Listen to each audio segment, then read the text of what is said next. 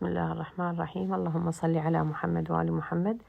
السلام عليكم متابعينا الكرام، ورمضان خير وعافية عليكم إن شاء الله. واليوم إحنا يمكن 7 يوم أو 8 يوم من رمضان المبارك، من شهر رمضان المبارك الكريم. إن شاء الله يعود علينا وعليكم بالصحة والخير والعافية.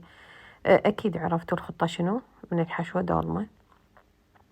هاي عندي نص كيلو لحم بلية، لحم مثروم، وثرمتش بنت، ونقعت تقريبا 3 كواب تمن، كوب الصغير هذا مالت الشاي، وهاي برشة زنجبيل، هذا زنجبيل، وهذا قشر ليمون برشته، وهاي الحفر مال الباذنجان والشجر والبصل، وبرشت شوية جزر وياه. وهذا تمن عنبر عندي، قلت لكم تقريبا 3 كواب غسلتها. هاي هنا عندي الفلفل، باذنجان، الشجر، البصل، طماطة، اي، وهذا عصير ليمونات 2، ما راح اخليها لا مندوزي هواي. هاي باقلة ودبس الرمان، وهذا عندي المعجون،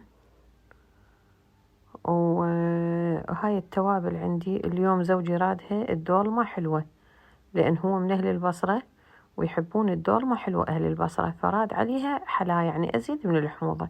فهاي عندي تقريبا 6 خواشيق أكل شكر، وبهارات مشكلة 7 بهارات، وبهارات دولمة، وفلفل أسود وهيل وملح، وشوية لامندوزي، تقريبا ربع خاشوقة أكل لامندوزي خليت.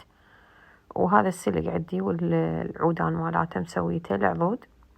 هسه إن شاء الله راح.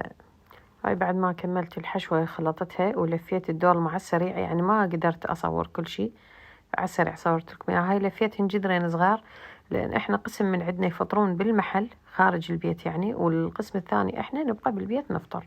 فسويت جدرين صغار، هم يعني حتى ما تنمرد جدر واحد، وهم أقلب لهم إياه بالصينية لهم. هاي شوفوها الريحة مالتها فظيعة، والطعم بعد أضرب. شوفوا الدولمة، هاي النتيجة مالتها.